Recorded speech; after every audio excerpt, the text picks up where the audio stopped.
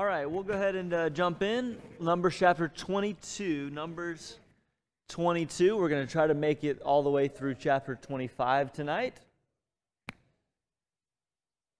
So let's not waste any time. Here's your review questions that I was supposed to ask you last week at the end of class. What's the book of Numbers called in Hebrew? In the wilderness. Thank you. Probably a better description of what the book entails. What are the three locations in the wilderness that kind of make up the structure of the book of Numbers?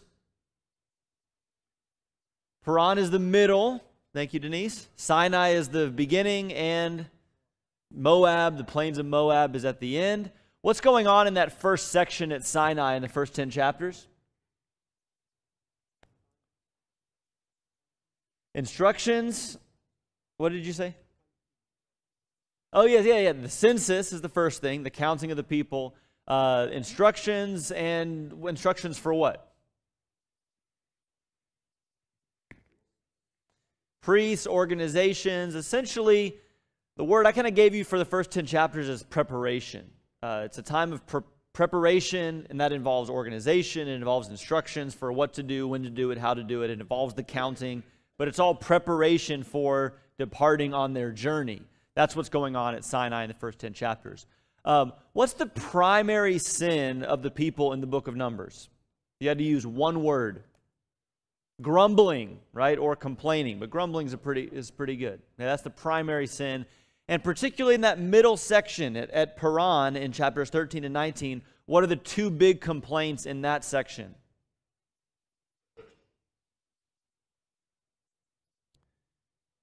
The first one is the one that is the big one.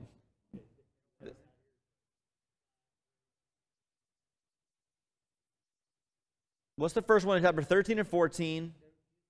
Refusing to enter the promised land. That's the big one, because what's the consequence of it? Everybody dies in the wilderness. Okay. The second complaint in that section, it starts in chapter 16. It's also fairly famous, and it is what? No, that's not till later. Yes, the Levites, some of the Levites led by who? Korah, and their complaint is about leadership. Yeah, objecting to Aaron in particular, Moses and Aaron's leadership. And then this is a good one I think we should all be thinking about. What are three New Testament passages that refer to something in the book of Numbers?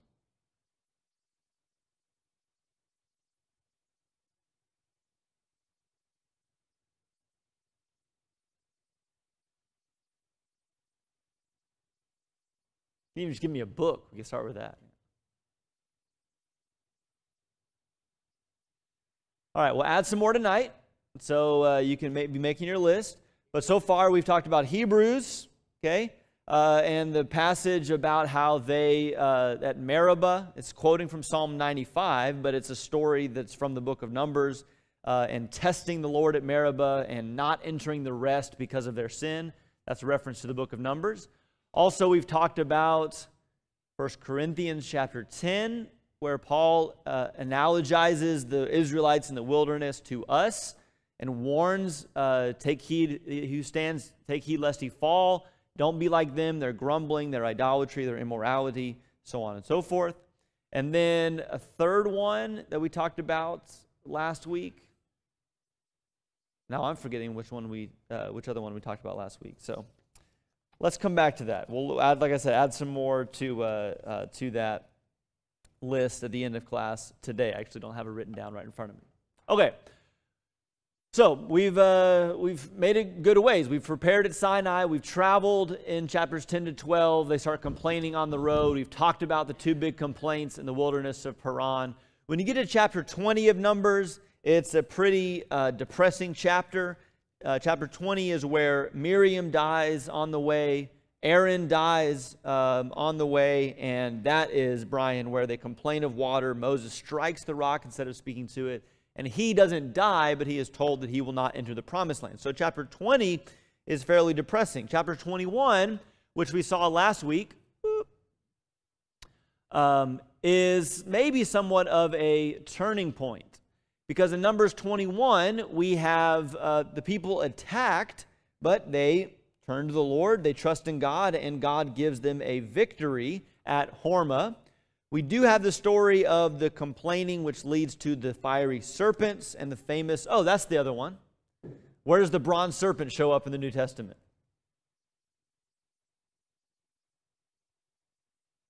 John chapter 3, in the conversation with Nicodemus, that as Moses lifted up the bronze serpent in the wilderness, so the Son of Man will be lifted up. So that's where that other one is. Okay. At the end of chapter 21, though, this is what's going to set up our reading in chapter 22. At the end of chapter 21, we have the first two victories for the people of Israel, in which they will actually possess the land of the people that they defeat. So they defeat Sihon, king of the Amorites, and they defeat Og, the king of Bashan. Okay? These are mighty kings. Og especially is spoken of later as a giant, and mighty warriors, mighty armies, but Israel is victorious and actually gets to possess the land. You see that in the last verse of chapter 21.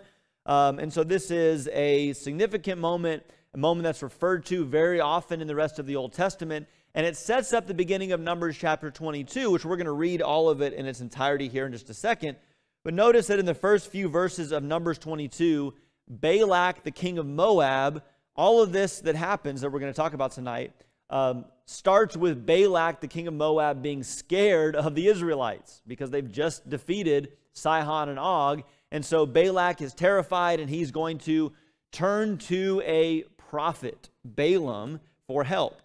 Do notice, as we read through this, it's important to note that Balaam is not an Israelite. He's a Midianite, it appears. But he is a prophet, he's a diviner, he's a fortune teller, some kind of, voodoo guy.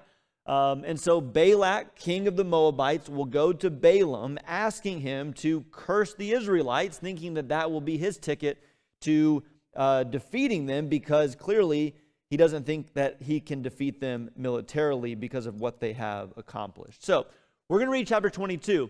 This is interesting in the context of Numbers, because Numbers has been this story of God and the Israelites and their journey together. But for these chapters, we kind of leave the Israelites and have this side story about Balak and Balaam.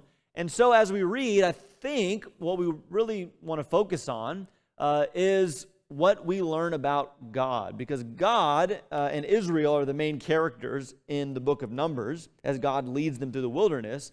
Israel is not in this story, at least in the first part of it, but God is. And so be thinking about what all of this says about God. And Numbers chapter 22 is just a phenomenal story. We've seen some awesome stories in the book of Numbers. This may be the best one. So let's read it all. Numbers chapter 22. Be thinking what we learn about God, and we'll discuss it for a few minutes when we're done reading. Numbers 22. Then the sons of Israel journeyed and camped in the plains of Moab beyond the Jordan opposite Jericho. Now Balak, the son of Zippor, saw that all Israel had done to the Amorites. So Moab was in great fear because of the people, for they were numerous, and Moab was in dread of the sons of Israel. Moab said to the elders of Midian, "Now this horde will lick up all that is around us, as the ox licks up the grass of the field." And Balak, the son of Zippor, was king of Moab at that time. So he sent messengers to Balaam, the son of Peor, at Peor, which is near the river, in the land of the sons of his people, to call him, saying, "Behold, a people came out of Egypt. Behold, they cover the surface of the land, and they are living opposite me. Now therefore, please come and curse this people for me, since they are too mighty for me. Perhaps I may be able to defeat them and drive them out of the land. For I know that he whom you bless is blessed, and he whom you curse is cursed." So the elders of Moab and the elders of Midian departed with the fees for divination in their hand, and they came to Balaam and repeated Balak's words to him. He said to them, "Spend the night here, and I will bring word back to you as the Lord may speak to me." And the leaders of Moab stayed with Balaam. Then God came to Balaam and said, "Who are these men with you?" And Balaam said to God, "Balak, the son of Zippor, king of Moab, has sent word to me. Behold, there is a people who came out of Egypt, and they cover the surface of the land. Now come, curse them for me. Perhaps I may be able to fight against them and drive them out." God said to Balaam, "Do not go with them. You shall not curse the people, for they are blessed." So Balaam arose in the morning and said to Balak's leaders, "Go back to your land, for the Lord has refused to let me go with you." The leaders of Moab arose and went to Balak and said, "Balaam refused to come with us." Then Balak, verse 15, again sent leaders more numerous and more distinguished than the former. They came to Balaam and said to him, "Thus says Balak the son of Zippor, let nothing, I beg you, hinder you from coming with me. For I will indeed honor you richly. I will do whatever you say for me. Please come then, curse this people for me." Balaam replied to the servants of Balak, "Though Balak were to give me his house full of silver and gold, I could not do anything, either small or great, contrary to the command of the Lord my God. Now, please, you also stay here tonight, and I will find out what else the Lord will speak to me." God came to Balaam at night and said to him, "If the men had come to call you, rise up and go with them, but only the word which I speak to you shall you do." So Balaam arose in the morning and saddled his donkey and went with the leaders of Moab. Verse 22, but God was angry because he was going, and the angel of the Lord took his stand in the way as an adversary against him. Now he was riding on his donkey, and his 2 servants were with him. When the donkey saw the angel of the Lord standing in the way with his drawn sword in his hand, the donkey turned off from the way, went into the field, and Balaam struck the donkey to turn her back into the way. Then the angel of the Lord stood in a narrow path of the vineyards, with a wall on this side and a wall on that side. When the donkey saw the angel of the Lord, she pressed herself to the wall and pressed Balaam's foot against the wall, so he struck her again. Then the angel of the Lord went further and stood at a narrow place where there was no way to turn to the right or to the left. When the donkey saw the angel of the Lord, she lay down under Balaam. So Balaam was angry and struck the donkey with his stick. And the Lord opened the mouth of the donkey, and she said to Balaam, "What have I done to you, that you have struck me these 3 times? Then Balaam said to the donkey, "Because you have made a mockery of me. If there had been a sword in my hand, I would have killed you by now." The donkey said to Balaam, "Am I not your donkey on which you have ridden all your life to this day? Have I ever been accustomed to do so to you?" And he said, "No." Then the Lord opened the eyes of Balaam. He saw the angel of the Lord standing in the way with his drawn sword in his hand, and he bowed all the way to the ground. The angel of the Lord said to him, "Why have you struck your donkey these 3 times? Behold, I have come out as an adversary, because your way was contrary to me. But the donkey saw me and turned aside from me these 3 times. If she had not turned aside from me, I would surely have killed you just now and let her live." Balaam said to the angel of the Lord, "I have sinned, for I did not know that you were standing in the way against me. Now then, if it is displeasing to you, I will turn back." But the angel of the Lord said to Balaam, "Go with the men, but you shall speak only the word which I tell you." So Balaam went along with the leaders of Balak. Okay, let's go ahead and stop there and discuss this question. What do we learn about God from this fantastic story of Balak, Balaam, and the donkey? What does it teach us about God?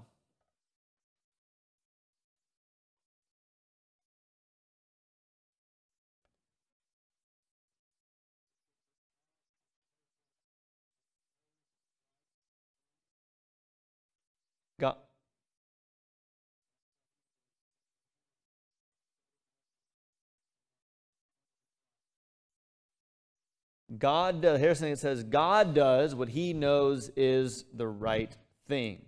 Thank you, Harrison. What else would you say about what this story teaches us about God? Albert?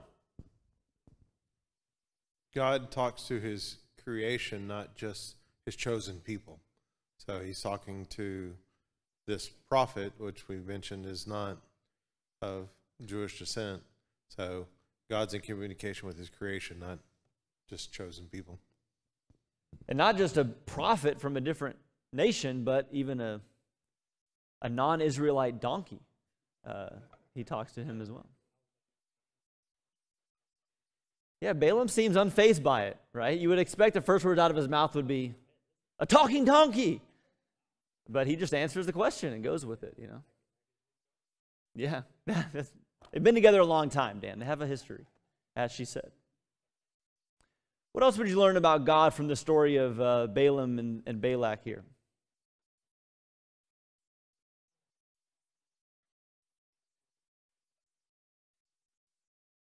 God knows his heart. He said the heart of Balaam, right? Yes. Anything else here?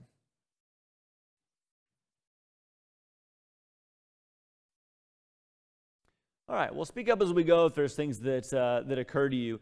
Just to recap here, and then, again, this is really just the setup of the rest of the story, and all of it will tie together.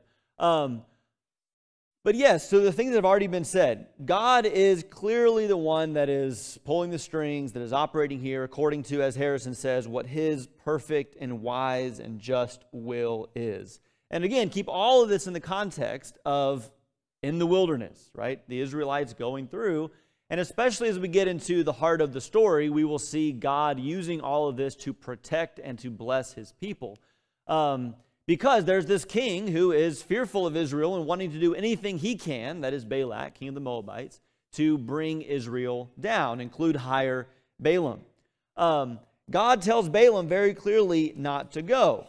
But Balak sins in the next part of this story, verses 15 and following. Balak counters Balaam's refusal with, more honor, offer of more money, presumably. And how would you explain what happens when Balaam says, nope, even though you could give me anything that you have to offer, but I'm not going to go with you. But stick around and let me see, what's Balaam doing here? Yeah, maybe God will change his mind, okay? But the reason for seeing if God changes his mind is because he's really would like to go with him. And what do you make of the fact that God says that time, okay, go ahead and go?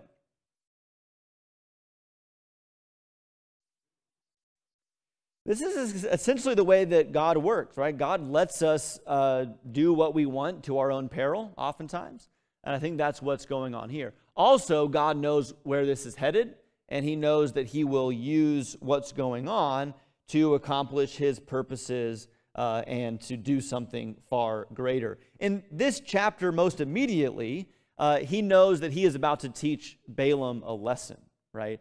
And the whole kind of saying, okay, go ahead and go, but the angel standing in the way, the donkey talking to him, all of that is a way of revealing to Balaam, as Cecilia said earlier, I know your heart, I know what you're about, and I am showing to you that I'm not happy with your stubbornness. I don't think it's an accident that it's a donkey is the animal in the story that has to be kind of beaten over and over again, because that essentially is a picture of Balaam here, right? He's the donkey, dumb and stubborn and unwilling to kind of, listen to God, and so God has to kind of force him into doing what he is supposed to do. I think that's part of the point that's going on here. So finally, after all this, Balaam is going to go with Balak, and he is going to speak. But notice that in verse 38, Balaam says to Balak, behold, I have come to you now. Am I able to speak anything at all? The word that God puts in my mouth, that I shall speak. And so Balaam went with Balak.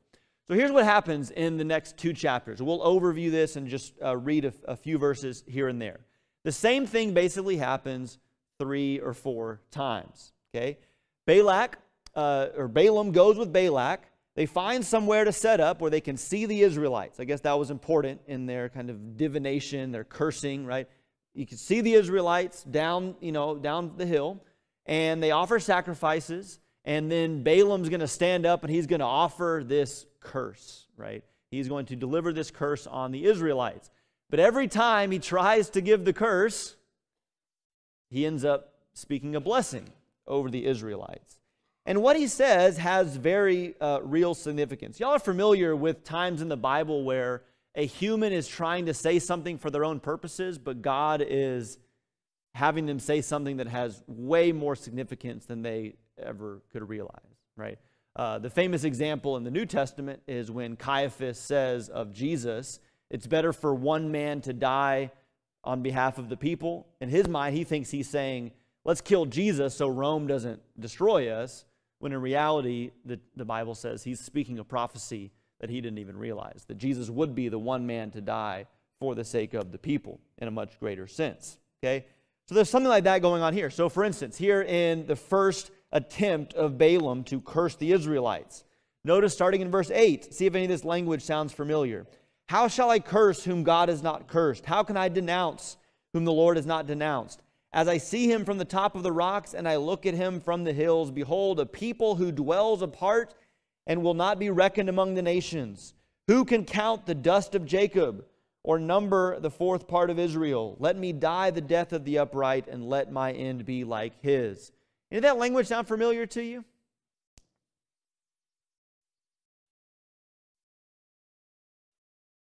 I'll give you a hint. This is in the context of our study of the Torah, the Pentateuch, first 5 books.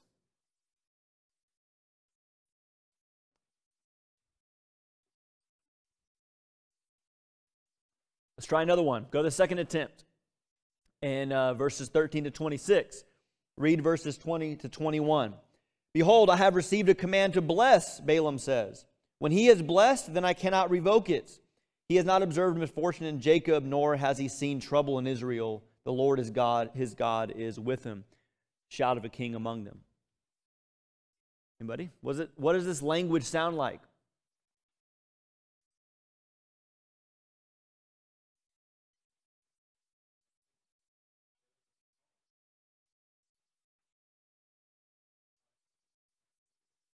Okay. Okay, we can come back to David. But we've seen language of, I can't curse the one whom God hasn't cursed. We've seen the language of, I can only bless the one whom God has blessed. And we see the language of the dust. Jacob is like the dust on the ground. I can't even count a fourth of them. What does that sound like? What language is that? Blessing whom God has blessed. Cursing whom God has cursed. The dust of the earth. Thank you, Cecilio. Okay. I'm assuming that many more of you guys were putting that together. You just didn't want to say anything. This is the promise to Abraham. I will bless those who bless you. I will curse those who curse you. Your descendants will be like the dust of the earth and like the stars of heaven. Okay. And there's a reason that that's important here. Again, that God is having Balaam use this language. We're going to zoom out here just for a second to the context of the whole story of Numbers. One of the things that we've talked about over and over again in Numbers is the faithlessness of the people, the complaining, the grumbling, the sin, over and over and over and over again. And yet, God, and we've kind of used this image of the father with his little toddler stumbling along, right? Israel's this, very young, very immature, very green people coming out of Egypt, from Mount Sinai, learning, trying to figure it out. They're failing over and over and over again, but God is patient with them. Yes, there are consequences. Yes, there's lots of death in Numbers because of their sin, their punishment for their sin.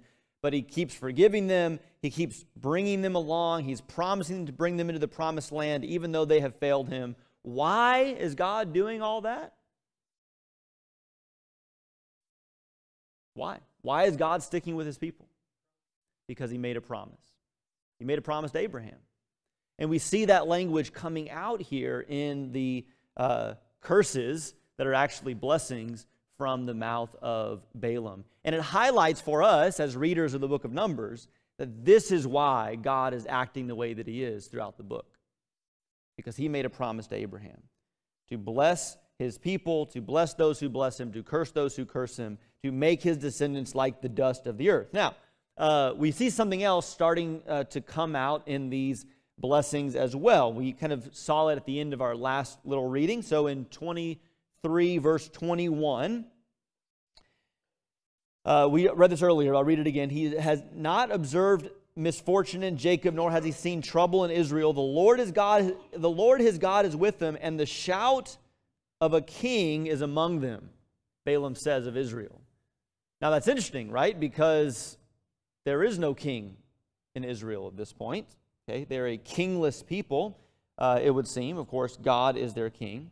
But notice down in verse 24 of the same chapter, at the end of this second attempt to curse the people, behold, a people rises like a lioness, and as a lion it lifts itself. It will not lie down until it devours its prey. So Israel is pictured like a lion, a roaring lion. A lion, an image that is associated with that of kings. You see that language again in chapter 24. This is the third attempt. So after each of these attempts, Balak is like looking at Balaam and saying, what are you doing? I hired you to curse these people, and you keep saying blessings. Okay, what's going on? But they try again. And so they try again a third time to curse the people of Israel. In chapter 24, verses 3 to 9. But notice in verse 9, this description that Balaam gives of Israel. He couches, he lies down as a lion, and as a lion, who dares rouse him? Blessed is everyone who blesses you, cursed is everyone who curses you. So again, the language of the promise to Abraham, and again, a picture of Israel as a lion. And then most clearly, in the fourth and final attempt, or at least the final discourse, because Balak, I knew I'd get him confused at some point. Balak doesn't even ask the fourth time for Balaam to curse Israel, but Balaam has one more thing to say, and so in chapter 24, verse 15 to 24, we had the final discourse of Balaam. And notice this language in Numbers 24, 17 to 19. I see him, but not now.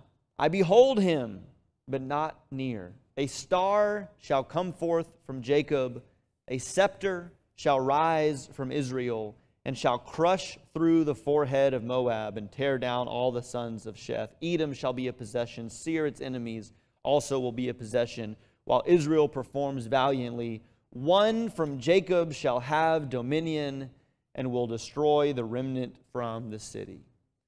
So, Balaam says, again, miraculously, essentially, of Israel, he says, I can see it, but it's far off. A star will arise from this people. A scepter will come forth. What's a scepter? What's that an image of? A king, right? A scepter will come forth from Israel, verse 17. Verse 19, one from Jacob will have dominion. We have actually seen some of this language before already in the Pentateuch, back in chapter, I think it's 48 of Genesis. No, 49. This was the blessings that Jacob, or Israel, gave to his 12 sons. And this is what he says of Judah in Genesis 49, verse 8. Judah, your brothers shall praise you. Your hand shall be on the neck of your enemies. Your father's son shall bow down to you. Judah is a lion's whelp. From the prey, my son, you have gone up. He couches. We saw that language exactly in Balaam's prophecy in Numbers 23. He couches, he lies down as a lion, and as a lion, who dares rouse him up? It's almost verbatim what Balaam had said. Until Shiloh comes, in verse 10 of Genesis 49, the scepter shall not depart from Judah, nor the ruler's staff from between his feet, until Shiloh comes, and to him shall be the obedience of the peoples. So on and so forth. Okay? So we've already had in Genesis this cryptic prophecy that Judah, of all the sons of Israel, Judah is going to be a lion, and from Judah there's going to be a scepter. There's going to be this king that will come, and he will have dominion, and the peoples will bow down to him. And then here again in Numbers 23 and 24, Balaam's vague, cryptic picture of the nation of Israel is that there's going to come this one who is a king. He is a lion. He is a scepter. He has dominion, and then takes possession of and dominion over the nations. Okay? Pretty cool stuff, right? And put those two things together, right? And you have in Numbers basically this going on from God's perspective. On one hand, God is being faithful to his people. Why? Because of the promise he made to Abraham. And so he's going to stick with them no matter what, because he made a promise to Abraham. Also, we get a glimpse here in Numbers 23 and 24. God is faithful to his people. Why?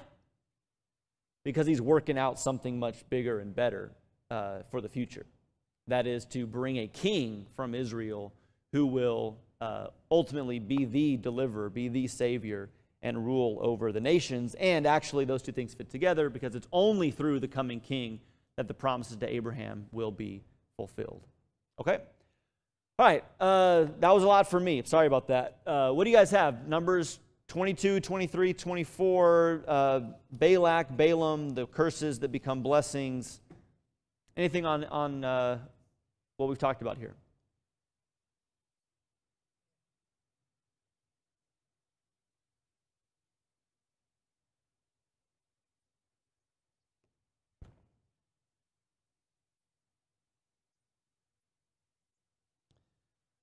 Cool.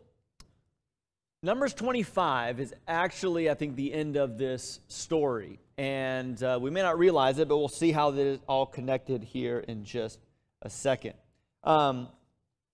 Let's just summarize. I was going to maybe read it, but let's just summarize what happens. Read a little bit here with me in Numbers 25. So again, don't see the story as changing really. See this as a continuation of the story we just read. Because it was Balak, the king of Moab, trying to get Balaam, the Midianite prophet, to curse Israel. Doesn't work. Balaam can only bless Israel because God has already blessed Israel. And so after all that fails, Numbers 25, verse 1, while Israel remained at Shittim, the people began to play the harlot with the daughters of Moab. For they invited the people to sacrifice of their gods, and the people ate and bowed down to their gods. So Israel joined themselves to Baal of Peor, and the Lord was angry against Israel. Okay? So, all this behind the scenes is going on with Balaam, where he's trying to curse the people, and it doesn't work because God is not allowing him to do that. But all it takes is for the Moabites to come along and say, hey, you want to worship idols and have lots of sex? Right? They're like, yeah, we're in, right? And so they fall to this temptation of idolatry and immorality. Now, what's interesting about this is that we'll get to this in Numbers chapter 32. I think it's 32. I maybe have written that down wrong. Yeah, it's Numbers chapter 32. No, it's not. Where is that? It is Numbers chapter 31.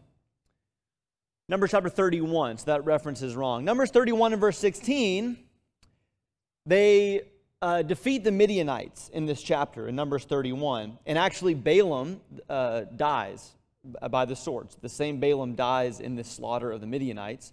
And in verse 16, Moses said, behold, these talking about the Midianites, these caused the sons of Israel through the counsel of Balaam to trespass against the Lord in the matter of Peor, so the plague was among the congregation of the Lord. So this is what happens. Balaam's not able to curse Israel as Balak wanted him to, but it appears that Balaam comes along after that and says, but I have an idea. You really want to get this people? Just go invite them to worship idols and fornicate. It seemed that this was Balaam's idea as kind of a roundabout way to get what Balak wanted in the first place. Because what happens as a result of their idolatry and immorality is that, as we've seen before, a plague breaks out. Interestingly, though, in this chapter, Moses calls on kind of an internal judgment. In verse 4, he calls the leaders, verse 4 and 5, God calls on Moses to tell the leaders or the judges of Israel to slay their own men, right? To go after those who have violated the covenant in this way. And Phinehas, famously in this chapter, goes and finds one of the sons of Israel, in verse 6, who had taken a Midianite woman, goes into their tent and runs a spear through both of them. I'm assuming this is like in the act. All this is just awesome. But Phinehas takes a sword, runs it through both of them, and because of that, is praised and commended by God. Remember, we saw this earlier in Numbers, that the priests and the Levites had this job of being guards, right? The language of defense and guarding and protecting was used. The Levites, the priests, they were to guard the holiness of God in Israel. And so you see Phinehas playing out that kind of role in the story here by bringing the just vengeance of God on those who were in sin. Okay, and so he is praised for that, commended for that. There's a promise made about Phinehas and his family because of his righteous deed here. But again, you see this picture of the Moabites and the Midianites conspiring together using their women to seduce the Israelites. All of this seemingly thought of by Balaam, or at least advised by Balaam. And it's a way to get the Israelites. And sure enough, in verse 9 of Numbers 25, 24,000 people died in this plague that broke out because of their idolatry and immorality. Okay? All right. The question I was going to ask is, what does all this say about where Israel is at on their journey? Maybe hold on to that question. We can talk about all of it kind of at the same time, because I want to point out something. 3 passages in the New Testament refer to Balaam by name, and 2 of them are very similar. One of those is here in 2 Peter chapter 2, and in 2 Peter 2, Peter is warning about false teachers, and he describes them here in 2 Peter 2:13. They are stains and blemishes, reveling in their deceptions as they carouse with you. So again, you see the idea of deceiving, of carousing, immorality. Their eyes full of adultery, that fits, that never cease from sin, enticing unstable souls, having a heart trained in greed, accursed children. Peter's not holding back here, man. Forsaking the right way, they have gone astray, having followed the way of Balaam, the son of Beor, who loved the wages of unrighteousness. But he received a rebuke for his own transgression, for a mute donkey speaking with the voice of a man restrained the madness of the prophet. Okay? What specifically does Peter connect here to the way of Balaam? Did you see that? What about these false teachers fits into the way of Balaam? The enticing into sin, I think, is one aspect of it. And the other one is the wages of unrighteousness, being paid to curse the people, paid to... and so there was a monetary gain for these false teachers. They were benefiting not only in the pleasures and the enticing of unstable people, but also in the pay that they were receiving. Okay? And Peter says all of this is just following the way of Balaam. The book of Jude is almost identical, at least in theme and examples, to 2 Peter chapter 2. And so there's a very similar thing said here. Notice, by the way, so this says, these men, still speaking of these false teachers, revile the things which they do not understand, the things which they know by instinct, like unreasoning animals. So again, they're like donkeys. By these they are destroyed. Verse 11, notice, woe to them, for they have gone the way of Cain, is one analogy. For pay, they have rushed headlong into the error of Balaam.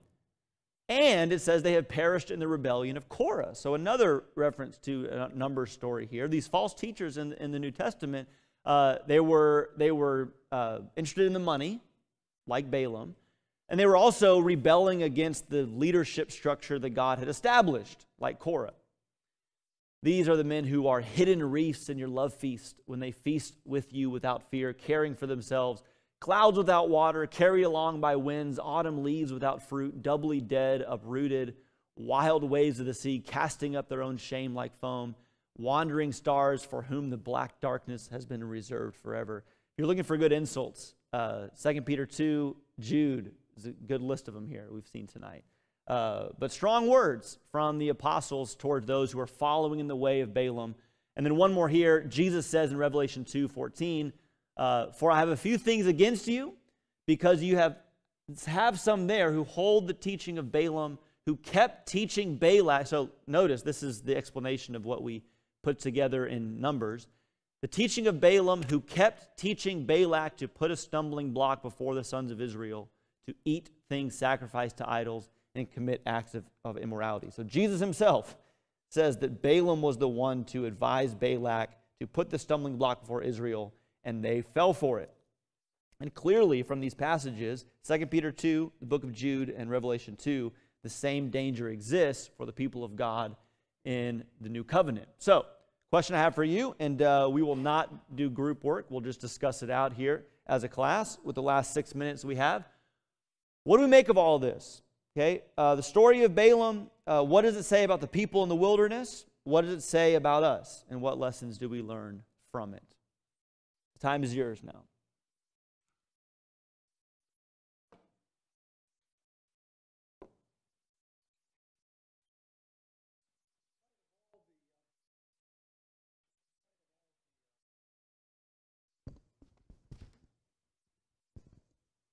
Oh, thank you. In spite of all the misdeeds of the people and their poor behavior, God still honored his promises to Abraham and Isaac, though there were at times a desire by God to destroy these people when they were in the wilderness. And here they're coming up against another people. And when anything might be said poorly against them, God intervened to protect them, even though they might not be obedient. God intervenes to protect his people, honoring the promise that he made to the patriarchs. Thank you, Brian. What else would you say about the story of Balaam, and particularly maybe instruction and warning for us? Rick. Calling him from Beaumont. I'm that far to the east, sorry. I'm just constantly amazed at how God has made known his presence and his will, even to the point of having a donkey talk and revealing an angel ready to kill Balaam, and yet he still finds a way to go astray. And reminds me of the rich man. Jesus talks about him and Lazarus, and the rich man's in torment, and he says, send someone back, tell my brethren, then they'll listen.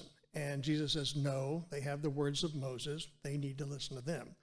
And so here we are again, both with Balaam and us today. We've got God's word. We know what he's told them.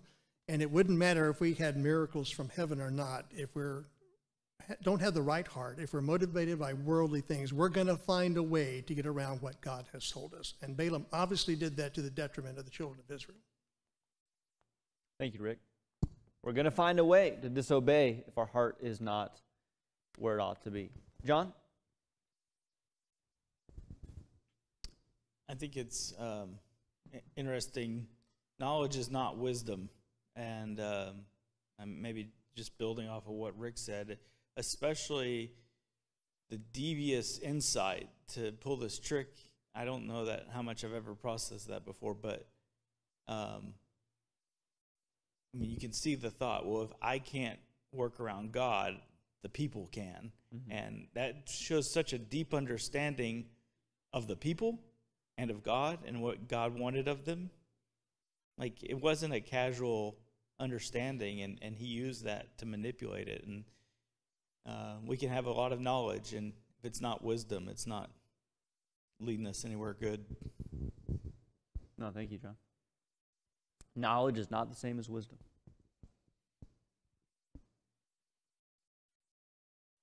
And I wonder, to John's point, again, the New Testament writers are apt to say that the same thing can happen to us. You saw 3 chapters of evil trying to work its way, evildoers working their way against Israel, and God is standing like a brick wall, will not let his people be cursed. And so, as John says, all I have to do is kind of say, okay, well, let's just get the people to sin, right? And I wonder for God's people today, right? It's like the cross stands as a bulwark between darkness and the people of God, sheltering us from wrath and sheltering us from the accusations of Satan. God is protecting his people, and yet I wonder if Satan has figured out, well, yeah, but I can just go around all that, and I can make God's people comfortable, rich, fat, and lazy, and complacent in their kind of easy life. And I can tempt them with sexual immorality and pornography and fornication and adultery, and they'll just destroy themselves, right? It's as easy as that. That was as John used the word trick, that word's in the text in Numbers 25 and verse 18. That was the trick that Balaam used against Israel in the wilderness, and Peter, Jude, and Jesus himself seem to say that the same trick is in the tool bag, in the repertoire of Satan today as well. And so again, as we've been saying all throughout this quarter, if it happened to them, it can happen to us. All right, we're going to keep going here. The last 11 chapters of Numbers we're back into kind of like flyover country. So we're gonna pull out some nuggets that we've never even seen before in the Bible that are cool. But for the most part, we got a lot of more counting, another census, instructions, that sort of thing. So we're going to finish up quickly here in the last 2 chapters. Next week we'll do Numbers 26 to 30. If you still have your lesson book, that's into lesson 7. You can use that as a study guide. And let's real quickly knock out some of these review questions. Where does the last section of the book of Numbers take place from 22 to 36? The plains of Moab. Who is Balak? First question. King of Moab. Thank you, Shannon. What is Balak trying to do? Curse Israel. Okay. Who is Balaam? A prophet from Midian. Yeah, a Midianite prophet. And what does Balaam do? It's a long question, but essentially he tries to curse and it doesn't work. Okay. So how does Moab eventually get to Israel? Temptation to sin. The sin of Peor, the immorality and idolatry. And whose idea do we learn this was? Balaam. And what are the 3 New Testament texts that refer to Balaam by name?